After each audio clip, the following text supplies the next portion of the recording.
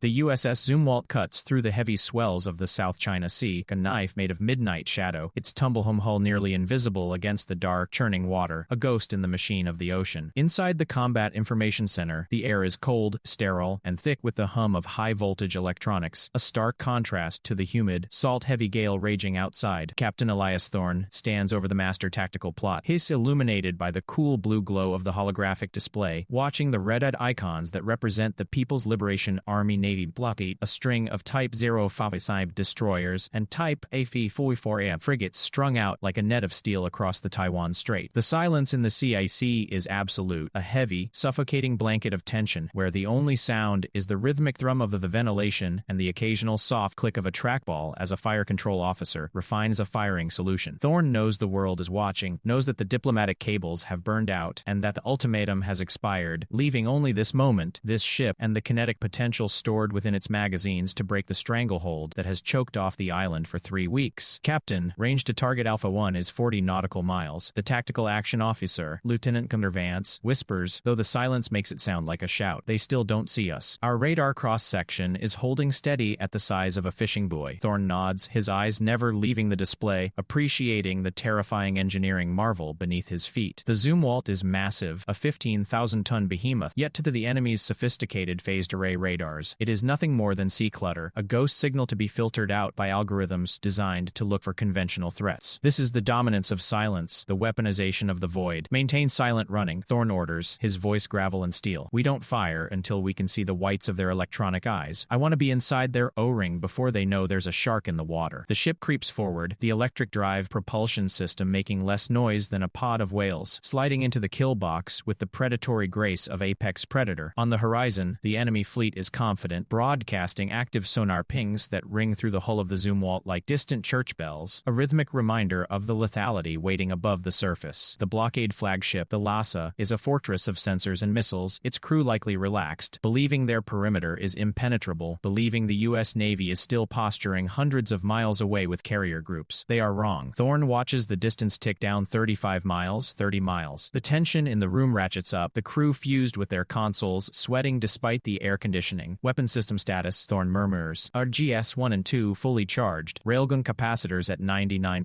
VLS cells hot. We are green across the board, sir, the weapons officer replies, his fingers hovering over the launch keys. The railgun, the crown jewel of the Zumwalt's refit, hums with a magnetic potential that makes the hair on Thorne's arms stand up, a weapon that throws a hyper-velocity projectile at Mach 7, turning kinetic energy into a force of nature that no point defense system can intercept. 20 miles. We have a lock on the Lhasa and the 2 flanking frigates, Vance reports, his voice tightening. They're sweeping the sector with high-band radar. They might get a intermittent return. Speaks, a red light flashes on the threat warning receiver. Spike, we've been painted. Low probability of intercept. They're looking right at us. Thorne doesn't flinch. Hold course. Let them wonder. Let them think it's a glitch. The seconds drag out into hours. On the enemy bridge, confusion is likely reigning. A sensor ghost appearing and disappearing, a phantom that shouldn't exist. Then, the active radar lock tone screams, a continuous, piercing wail that signals the jig is up. The enemy has realized the anomaly is a threat. Vampire, vampire. Incoming inbound missiles from the Lhasa. 2 birds, bearing 040. The defensive systems operator yells. Action starboard, Thorne barks, the pretense of stealth instantly into the brutal reality of combat. Countermeasures. Engage edge SM-22s from the aft cells. Bring the railgun to bear on the flagship. Target the bridge and the VLS cluster. Fire at will. The ship shudders violently as the vertical launch system erupts, white pillars of smoke blasting into the night as the interceptor missiles streak upward to meet the incoming threat. Outside, the sky lights up with the chaotic geometry of war. The interceptors colliding with the enemy anti-ship missiles in a blinding flash of orange and debris. The Zumwalt heels over as it maneuvers, its electric engine surging to full power, revealing its speed. Railgun capacitors full. Solution lock. Firing. The ship doesn't just fire, it convulses. There is no explosion of gunpowder, only the crack of thunder as the air is ripped apart by a projectile moving 7 times the sound. The sound is a physical blow, a hammer against the chest of every sailor on board. 40 miles away, the Lhasa never hears the shot. The projectile arrives before the sound does, a tungsten slug impacting the superstructure of the Chinese destroyer with the force of a freight train. There is no defense against physics. The kinetic impact vaporizes the bridge instantly, turning steel and glass into molten shrapnel. The energy transfer creates a shockwave that buckles the deck plates and snaps the keel. A split second later, the friction of the impact ignites the ship's atmosphere, and the Lhasa is consumed by a catastrophic fireball, its ammunition magazine proteins cooking off in a chain reaction that lights up the entire horizon like a second sun. Target Alpha 1 is hit. Catastrophic damage. She's listing heavily, fires out of control. The sensor operator shouts, awe in his voice. Target Alpha 2 and 3 are scrambling. They're launching everything they have. Feed them to the wolves, Thorne says, his eyes cold. Engage the advanced gun system. Use the long-range land attack projectiles, but reprogrammed for Surf's burst. Saturate the area. I want that blockade erased. Twin turrets on the Zumwalt's bow rotate with terrifying speed, spitting shells in rapid succession. The air fills with the roar of sustained fire, a drumbeat of destruction. The computerized targeting system calculates the trajectory of incoming enemy missile, handing the data off to the evolved Sea Sparrow missiles and the CIDUS close-in weapon systems. The air around the Zumwalt becomes a dome of interception, a fireworks display of defensive fire that swats the enemy missiles out of the sky with contemptuous ease. The enemy frigates, panicking, fire wildly, their coordination shattered by the sudden, violent loss of their command ship. One enemy missile, a supersonic anti-ship cruiser, slips through the outer defensive net, skimming the waves at Mach 2. Leaker, inbound, brace for impact, the announcement blares. The Zumwalt's active protector systems engage, launching a cloud of chaff and decoys, while the aft 30mm gun roars to life, tracing a line of tracers into the dark. The missile wavers, confused by the electronic jamming, pulls up at the last second, and explodes 200 yards off the port bow. The shockwave slams into the Zumwalt, throwing crew members against their consoles, alarms screaming, lights flickering but switching to emergency red. Damn you're shaking off the daze. Superficial damage to the port array. Hull integrity is 100%. We are still in the fight, comes the reply. Good. Finish them. The railgun fires again and again. The second shot catches a Type 50-50 for a frigate amidships. Kinetic energy shears just in half, the bow and stern folding upwards like a toy broken by a child. The water around the blockade rushes in to fill the void where a warship used to be. The remaining enemy ships break formation, their tactical cohesion dissolved into panic. They turn to flee, popping smoke, jamming radar, trying to escape the executioner that has dismantled their strongest units in less than 3 minutes. They are running. Do we pursue? Vance asks, looking at the tactical plot which is now a graveyard of sinking icons. No need to chase, Thorne says, straightening his uniform. We've made our point. Blockade is broken. Send a message to the carrier strike group. The door is open. The Zumwalt slows, the railgun barrels glowing with residual heat, the smoke from the VLS cells drifting away in the wind. The ocean is reclaiming the wreckage of the opposing fleet, the fires on the water surface sputtering out. Thorne walks to the bridge window, looking out the dark, empty sea. The storm is breaking, the moon peering through the clouds, illuminating the whitecaps. The ship hums beneath him, a beast settling back into slumber, its dominance absolute. It wasn't just a battle, it was a demonstration, a physics lesson delivered with prejudice. As the adrenaline fades, the crew moves with quiet efficiency, securing the ship, checking systems. There is no cheering, no celebration, just the professional satisfaction of a job done with overwhelming precision. USS Zumwalt turns slowly, fading back into the stealth of the night, ready to disappear again until the world needs reminding of who rules the waves. Within the Command Information Center, the post-action tempo shifts from the frantic energy of combat to the methodical rhythm of assessment. The digital nautical chart table is updated, removing the hostile red diamonds that once cluttered the strait. Communications, Thorne calls out, stepping away from the view of the burning horizon. Secure link to Pack Fleet. Inform Admiral Holloway that the objective has been neutralized. No U.S. casualties. Operational capability remains at 98%. The comms officer nods, typing rapidly, encoding the message that will ripple through the Pentagon and the White House within minutes. The psychological impact of this engagement will be far greater than the tactical one. The enemy didn't just lose ships, they lost the belief that they could deny access to the United States Navy. They lost the assumption of parity. Below decks, the engineering teams are already moving through the pristine corridors, checking the magnetic bearings on the propulsion shafts, and monitoring the thermal output of the massive integrated power system that feeds the hungry maw of the railgun. Chief Engineer Rodriguez wipes grease from her hands, looking at the readouts on her tablet. The power surge required to fire the kinetic rounds was immense, enough to light a small city, yet the grid held. The capacitors are recharging, the hum rising in pitch, a sound that signals readiness. The Zumwalt is not just a ship, it is a mobile power plant, a floating directed energy platform that represents a paradigm shift in naval warfare. Rodriguez pats the bulkhead affectionately. Good girl, she whispers. You ate them alive. Back on the bridge, the mood is sobering as the reality of the destruction settles in. Through the high-tech optics of the electro-optical sensors, the crew can see the survivors in the water, the blinking lights of life vests bobbing in the oil-slicked swells. Captain, we are detecting distress signals on the international maritime frequencies, the comms officer reports softly. Thorne pauses. The warrior's job is done. The sailor's code now takes precedence. We are the victors, not monsters, Thorne says, his voice cutting through the quiet. Contact the closest non-combatant vessels in the area. Vector them to the debris field for search and rescue. We cannot stop. We are still in a hostile zone, but we will ensure the location is marked for humanitarian aid. It is a display of confidence as much as mercy. The U.S. Navy is so secure in its dominance that it can afford to dictate the terms of rescue for the very enemy it just destroyed. As the Zumwalt moves deeper into the strait, ensuring the passage is clear for the commercial traffic that has been backed up for weeks, the sun begins to crest over the eastern horizon. The light hits the angular, radar-absorbent panels of the ship, turning it from a shadow into a silhouette of sharp lines and futuristic geometry. To the crew of a passing container ship, liberated from the blockade, the destroyer looks something from another century, an alien vessel sent to enforce order. They gather on the decks of the freighter, cheering and waving as the American flaps in the wind on the Zumwalt's fantail. Thorn watches them through binoculars, a rare, faint smile touching his lips. This is why they train. This is why they endure the long deployments and the separation from family, to keep the sea lanes open, to ensure that the flow of the world is not dictated by the coercion of the few. The radar sweeps continue, pushing out hundreds of miles, creating a bubble of awareness that nothing can penetrate without being seen. The data flows into the ship's neural network, categorized, analyzed, and displayed. Every fishing boat, every airliner, every submarine is tracked. The Zumwalt is now the master of this domain. The blockade was a wall, and the Zumwalt was the battering ram. Now the wall is dust. Thorn's barrack to his XO. Set condition 3. Let the off-duty watch get some chow, and tell the galley to break out the good coffee. It's going to be a long morning of filing report. The XO grins. Aye, sir. They'll be telling stories about this night at the academy for 50 years. Thorn nods. Let's hope they learn the right lesson. That technology is nothing without the will to use it. The ship presses on, the bow slicing the water with renewed vigor. The encounter has validated years of testing, years of criticism about the ship's cost and complexity. In 1 hour, the critics have been silenced alongside the enemy fleet. The railgun, once science fiction, is now a combat-proven reality. The integration of stealth and overwhelming firepower has rewritten the tactical manuals. As the Zumwalt patrols the now free waters, it serves as a silent sentinel, a reminder that the balance of power has shifted not by inches, by a quantum leap. The ocean is vast, but today it feels a little smaller, a little safer, under the watch of the Grey Ghost. The blockade is now just a set of coordinates on a map where history turned, a graveyard of ambition sunk by American steel. Hours later, the adrenaline crash hits the crew, but the discipline holds. In the mess hall, sailors sit in hushed groups, replaying the sounds of the battle, the unearthly screech of the railgun, the thunder of the VLS. They eat quickly, eyes scanning the bulkheads as if they can still see through the steel to the burning ships behind them. Petty Officer Evans, a young sonar tech, stares into his coffee. Did you see the speed on that slug? He asks no one in particular. The radar couldn't even track the outbound. Gone. And then the target was gone. His neighbor, a grizzled chief, nods. That's the point, son. We don't fight fair. We fight to win. And tonight, we won big. The camaraderie is palpable, a bond forged in the fire of effective action. They know they are part of something historic, the first crew to unleash the full potential of the 21st century Navy. High above, a global hawk drone circles, relaying high-resolution imagery of the aftermath to the Pentagon. The pictures confirm the total destruction of the blockade force. The strategists in Washington breathe a collective sigh of relief. The gamble to send the Zumwalt in alone, relying on its stealth rather than a massive show of force, has paid off. It de-escalated the situation by ending it before a prolonged war could start. A surgical strike, brutal and efficient. The obliteration was necessary to prevent a wider conflict. By showing that the U.S. could dismantle the enemy's best defenses with a single ship, the calculus of war has been changed for the adversary. It is deterrence through demonstrated superiority. As the sun climbs higher, the Zumwalt alters course, heading for a rendezvous with the approaching carrier strike group. The reunion will be symbolic, the future meeting the present. The massive aircraft carrier, a floating city of air power, will welcome the stealth destroyer back into the fold. But for now, Captain Thorn enjoys the solitude of command. He walks the external deck, the wind whipping at his uniform. He checks the VLS hatches, scorched but intact. He runs a hand along the smooth, composite material of the deckhouse. The ship is scarred but unbowed. It has taken the best shot the enemy had and delivered a knockout blow in return. Thorn looks at the wake trailing behind them, a white scar on the blue ocean that heals itself as they move on. Steady as she goes, he whispers to the ship. Steady as she goes. The narrative of the battle begins to spread across the global news networks. Satellite images, leaked or released, show the smoke plumes. The world reacts with shock and awe. The paper tiger narrative of the U.S. Navy is dead. The pundits scramble to explain the technology, to understand how a single vessel could dismantle a fleet. But for the crew of the Zumwalt, the geopolitics distant noise. Their reality is the hum of the engine, the smell of recycled air, the trust in the person standing next to them. They are the tip of the spear, and the spear is sharp. They have proven that in the era of hypersonic missiles and drone swarms, the surface warship is not obsolete, it has just evolved. And the Zumwalt is the apex of that evolution. As night falls again, the cycle repeats. The ship goes dark, the red lights return to the CIC, sea. The vigilance never ends. The ocean is a big place, and there are always threats, other watching from the deep. But tonight, the crew sleeps a little sounder, knowing that they ride the most dangerous thing in the water. The Zumwalt disappears back into the shadows, a myth made real, a guardian in the gloom, waiting for the next call to obliterate the obstacles in the path of freedom. The blockade is broken, the sea is open, and the Zumwalt is watching,